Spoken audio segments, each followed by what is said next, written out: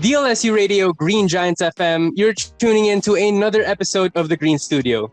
My name is Miggy. And my name is Robbie. And Robbie, we got some very, very special guests tonight, don't you think so? I do think so. And with that said, who are these special guests, might I ask? Let's see. All right, gentlemen, would you like to introduce yourselves? Hi everyone, we are Aster, and ayan, we're a band. Ayan, my name is Andrew, and I play the guitars, and I'm the vocalist of the band. I'm Calvin. I'm the bassist of the band. And I'm David, the drummer of Aster. All right. Thank you so much, guys, for taking the time to drop by here on the Green Studio. We are very excited and very grateful to have you guys here tonight. So let's dive right into, get into some questions to let your audience and your fans, get to know more about you. All right. So a quick question. The first one actually that popped into my mind when I heard of you guys. How did you get the name Aster? Ayan, nag-start kami actually of making songs. And yung songs namin kasi may relevance siya mismo with space and the universe and stuff. So, ayan. And ayun din kasi every time we jam, nasa open area lang din kami. So yung nasa taas lang namin is like mga stars and stuff, yung skies. So, ayan, napaisip din namin actually kung ano yung mismong band name namin. And napaisip namin is like yung star, ganun. And ayun, na-search din namin actually na yung Greek word for star is actually Aster. And then doon mismo nagsettle mismo kaming lahat na maging Aster na lang. Dahil wala, ang cool din kasi na Aster. And it also means star din kasi, so medyo relevant din siya mismo with our band. All right, that's really great to hear. I mean, I do agree. Aster does sound like a really cool word, and It does sound really it cool. does suit you guys indeed. So, I mean, with that, when did you guys first start? Actually, like, how did you come together? Well, nag-start kami nung around 2018. Okay.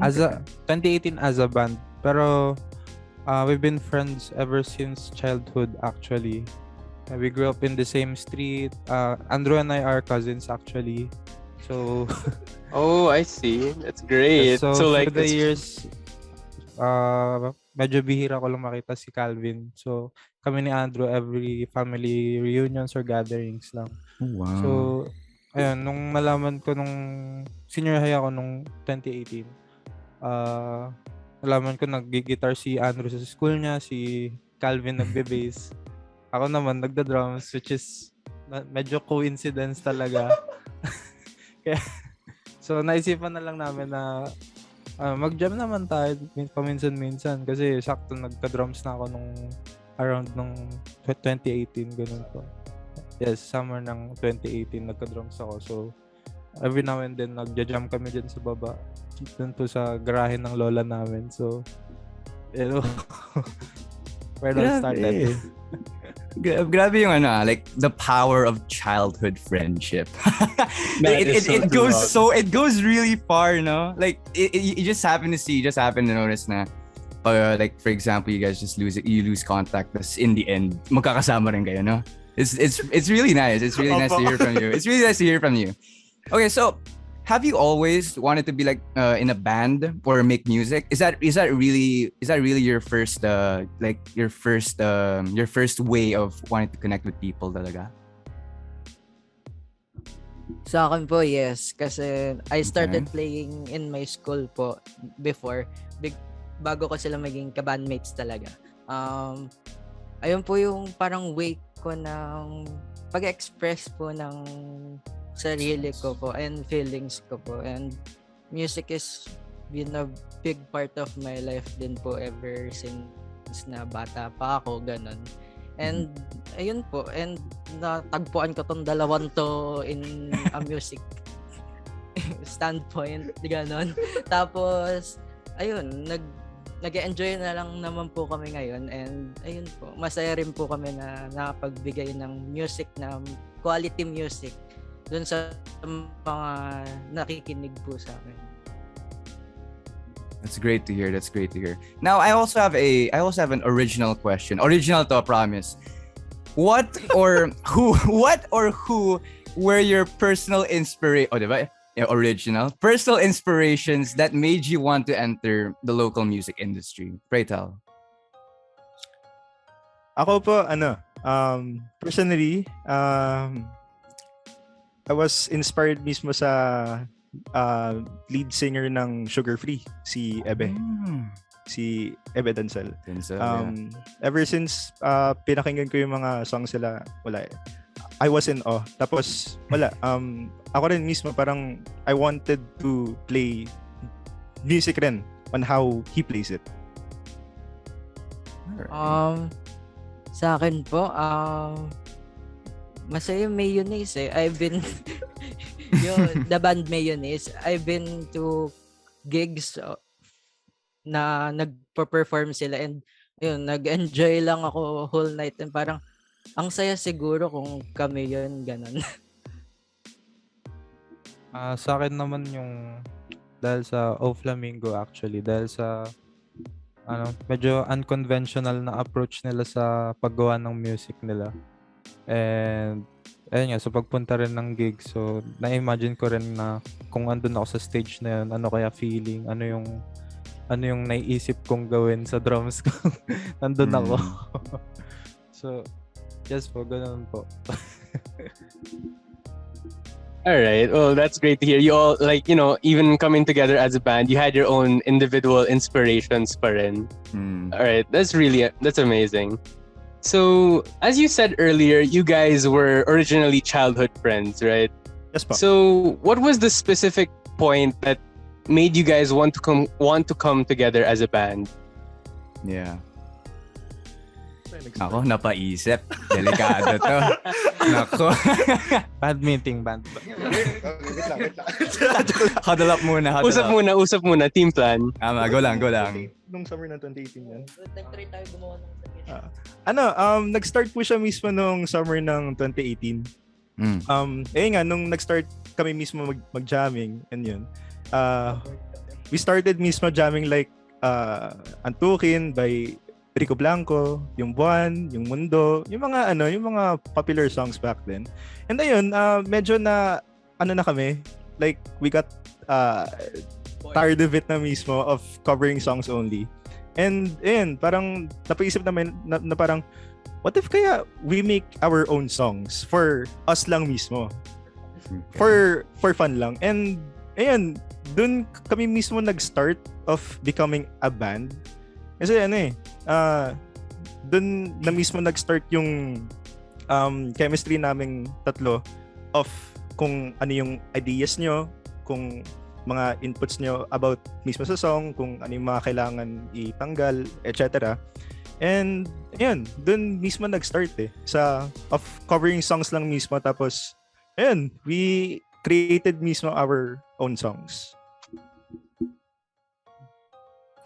Alright, that's very crafty. Pretty good, So it's really a matter of just coming together, and it was just that one day na nag-snap sa inyo na you want to start making your own music instead of just covering what everyone else has been making.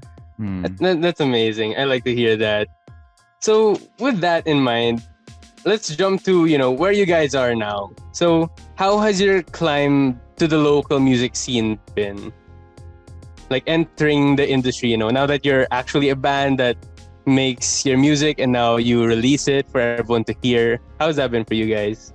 And also to note na you have a lot of competitors too, right? Just that take into consideration talaga the local artist scene, the local music scene. So yeah, tama. How's the climb?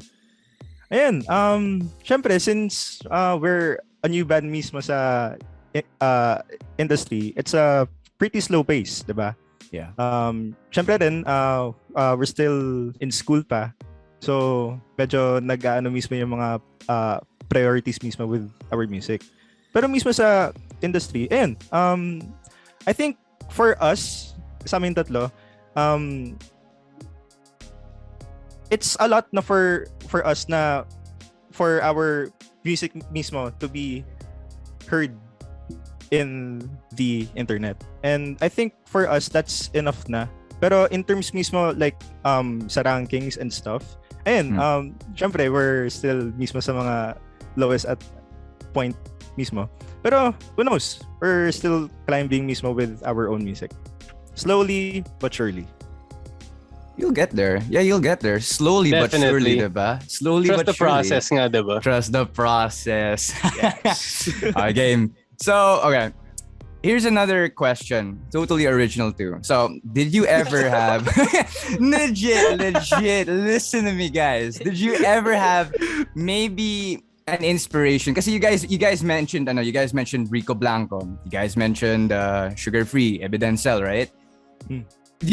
Would you consider them to be a part of your craft in making music, or is this out of like a more original take of your style, as in you just really pinch a little bit of yourself into the music rather than copying other musicians' style talaga? Kasi po hindi po kami nag-opt for po kami for the best po. Kung magka-copy po kami ng iba, magiging second best lang po kami pag ganun. So we are opting for the best. So we are producing our music originally po. Kami po mismo yan. When you are listening to Aster, you are listening to Aster po. Oh, I like that. Miggy, you heard that, Miggy. I heard that. I like Somebody that. quote that. Somebody quote that. I want to hear that again. Grabe yun. Sige. Who else? Nako, ayun na naman. Nako, hiyaan. Go lang. Ayun, just like mismo what Calvin said, ayun nga, we don't copy mismo other people's music. Pero we are inspired by them, pero we don't copy their own music mismo. Alright. Parang ano siya, we're revising it mismo in our own little ways lang siya mismo, with our own music, with what we really feel and how we want it to be really heard with our own music and for the people then. All right, that's what I'd expect from Aster, because you know you guys are stars. Hey, support niyo naman ako. Support niyo naman ako doon. So yeah, back to the topic at hand. So okay, you mentioned producing music, right? Since it's the pandemic, how do you compose your music now? Like remote, or you guys still meet face to face? I mean, seeing naman here sa meeting, you guys are together. But like when you guys are trying to make your music, how is it done? So when it comes to recording po, ano ba? Minsan po, dito po kami or magkakasama or nasa kanya-kanya pong bahay. Depende daw po sa trip. Which is tama naman. Tama naman. Tama naman yan. Ang downside lang dun po is yung sa drums po. Right, yeah. So ayun po, nilalapag ko po sa MIDI yung drums ko, which is medyo ayaw ko ng konti, pero if it works today, then I'll make it work naman, ganun. Pero sana lang talaga mag-live recording kami, pero sana. Soon. Yeah, soon. hopefully talaga. Hopefully. At least now, though, like, magkakasama kayo, like, in one room right now, able to, join this interview, like, you're all together. That's really great to see. Oh, especially because a lot of bands these days, when they try to release anything, it's like they record na magkakahiwalay talaga. At least like ngayon, you were able to find time na magsama talaga like and magkita personally. Like the effort talaga. Actually, we're in the same street lang po kami tatlo ngayon. Oo nga, that is true nga, no? And like, you have an advantage there. Sobrang lapit nyo. Alright. That's really great. So, moving on to your releases, the singles you've released. You released Destiny last May, correct me if I'm wrong? Opo. Hindi rin sure. Nakalimutan Oh my. given your first release, ayun nga, Destiny, what is the, story or message behind the release of that song? The message behind Destiny is about sacrifice of for a loved one that is far away. Kaya LDR. Red opo, gano'n. Actually, yes po. LDR. Magme-make time ka talaga para pumunta doon. Ganun po. And, ayun. That is love eh. Mm-hmm. All right. So, is this on a much personal like experience, or is this something that you see other people like relating or connecting with, especially sa pandemic na karamihan ng relationships are LDR? Real talk, sawi ba kayo? Hindi May naghuhugutan ba kayo? It's about makaka-relate po yung ibang tao, ganun po. Pag ganun po. And actually, na-experience ko po yun before. Pero yun. Pass is pass. Yan po. Pero, ayun naman po. Kaya pala sa kanya agad binigay yung mic. Kita ko agad. Napansin ko rin yun eh. Medyo nag-shine yung mata ng mga kasama niya. Uy, ito. Give the mic to him. Mga ganun eh. Alright, well, that's for Destiny. How about your latest release, which was Maghihintay? You released it just last month. So what's the story behind that song? Ako na. Ba't na tumingin ulit sa kanya eh? Oo nga eh. Ayun po, ang Maghihintay naman po, it is technically waiting for someone you love naman. Ayun, it's about mismo, LDR din siya actually. Siyempre. Oo nga naman, no? Oo nga naman. Lamang. Pero ayun, yung story mismo dun kasi sa Maghihintay is, dati, let's say, na parang you guys known each other na mismo. Like, dati pa mismo. And you both know na you guys had feelings to each other. Oh. And ayun, mismong one had to go mismo and far away. Tapos yung isang person nagstay lang mismo sa place. And ayun, parang naghihintay mismo yung person na nagstay dun sa place, waiting for sa crush niya or sa may ano sa kanya. Yun mismo yung maghihintay na waiting for someone you love to come back for you, holding hands mismo together. Hugot talaga. Hugot. Okay. It's safe to say. Safe to say may pinaghuhugutan, Aster. Or like, other than yung personal na hugot, it's nice because this is definitely something a lot of people like our age can relate to. Especially like during these times, diba? Like pandemic, LDR, diba? Dami rin nagbe-break. But like, wala na tayo dun. But parang si Robbie bigla yung napahugot eh. Sorry na lang sa natamaan. Aray! Mga ganun. Oh, sige. Alright. Just to make things a little bit spicier, and since we're all having fun right now, let's play a little game. No. So, walang personalan to ayoko may mag-aaway after nito. Sos.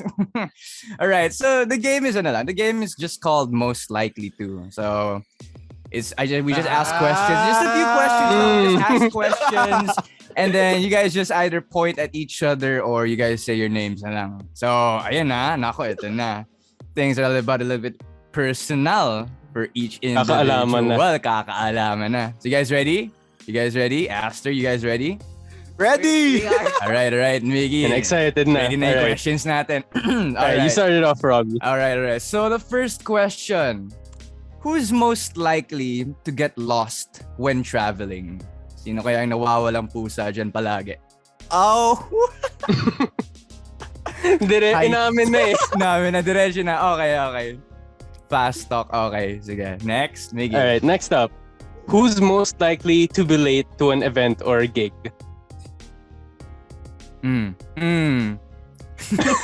Tumalikot na eh. Yakapeng. Nahiya siya eh. Cotton 4K ka. Ito pang dalawa. Next. Who's most likely to date someone they'd meet from a gig? As in, first meeting pa lang, dumadamoves na. Tinginan sila eh. We. Go ahead. Who believes in love at first Love at first sight. Love at first sight tayo dyan. Wala. Ay, grabe. Wala po. Grabe. Wala talaga. Alright. Sige. Next. Alright. Okay, next question. Who's most likely to miss their classes? Nako. I'm sorry. Nako. Nawalan ka na agad ng award as been being studio student. Wala na agad. No, baka nanonood ng mga teachers na ito. Kaya nahuli ka. Oh no! Next. Pa naman din ako. Next. Who's most likely to go home first during a night out with the boys? Sino kaya yung may strict parents dyan? Ay, wala to. Aba po. Ay, wala to. Strict parents. Wala to. Ano ba yan? Dapat i-make up for it pag lumalabas kayo palagi. Alright, sige. Moving on to our last question for this chapter, this segment. Who's most likely to be late for band practice? Ako nandito. Ano na? I'm Calvin Hidalgo. I'm the bassist. Nice to meet you, sir. Nice to meet you. Tingin agad yung dalawa eh. Dahan-dahan pa eh. Slowly looking at the dude eh. Already know eh. Alright. Thanks. Alright, so thank you so much guys for participating in that. At least, our listeners, your fans, get to know you guys personally just a bit more. Ano lang, huli pero hindi kulong. No problems. No problems. Yun. That's the phrase for tonight. Yun. Thank you. Alright. So, with that, let's move on and sort of look into, the future of what you guys have in store for everyone. So what can everyone actually, especially your fans, look forward to? Like, what can they expect from Aster? Right.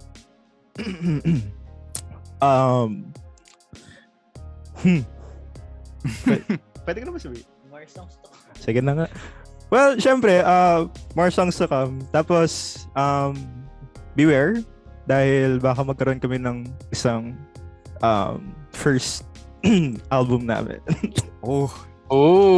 Surprise no more. Beware. But shocking nonetheless. Ooh. They heard it here. They heard it here. They heard it here. Wait for that, everyone. We're expecting. So, Okay. ayan. Is it sooner than later? Or hint lang. Sooner or later sooner. Or Baka may magalit eh. Bawal ata eh. Okay lang naman kami. Okay lang naman kami. Pero it's safe to assume na there's a plan. Yun. There's a plan. Okay. That's good to hear. Everyone's looking forward to that, definitely. Everyone's looking forward to that. And speaking of plans, are there any future collabs na you wish to have? Separate po ba? Or Gulang. Sige. ako po, I'm thinking of sana magkaroon mismo kami ng collaboration with Mr. Jensen Gomez. Yan. Okay. Tsaka, syempre sa Ben and Ben. Nice. Yun. Nice. Okay. Grabe. Lola Amor. Ooh. Peace. Sa akin po siguro Rico Blanco or Bullet Dumas. Wow, Medyo, Hindi, abot yan. We believe na abot yan. Definitely. Kaya mga to yan. yeah. Alright. So, where do you see yourselves as a band in the next 5 to 10 years? Will you guys maybe still be playing like as in the Free Childhood Friends? Or malay nyo, may something, you know. Baka may biglang mga fights, mishaps, or anything. Hoping so na wala, diba? But like, for the next 5 to 10 years, where do you guys see yourselves? Where do you see Aster being? Ano po? I think kaming tatlo? Magkakaroon ba tayo ng away? 10 years? I think 5 to 10 years from now, I guess, ayun nga, we'll be having our own lives na rin. Pero, ayun, I think we have this type of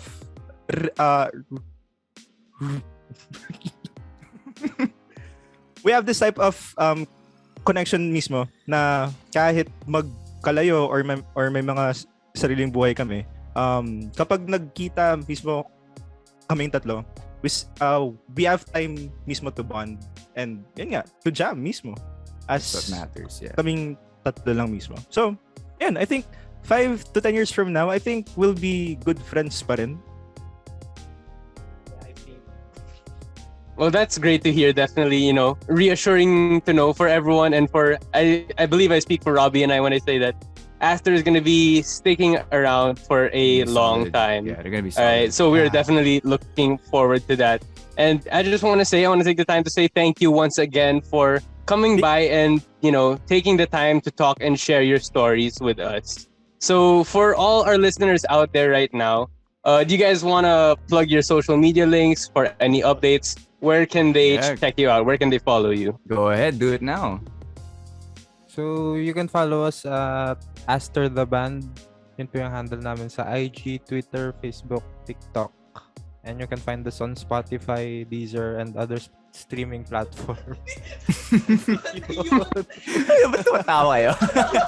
Mali ba yung sinabi niya? Mali bang social media sinabi niya? Sorry. Pero yun nga, you can find us on other streaming platforms. And special thanks to Off the Record and Amplified Entertainment for this opportunity. Yes. Subscribe din po kayo sa YouTube ng Off the Record.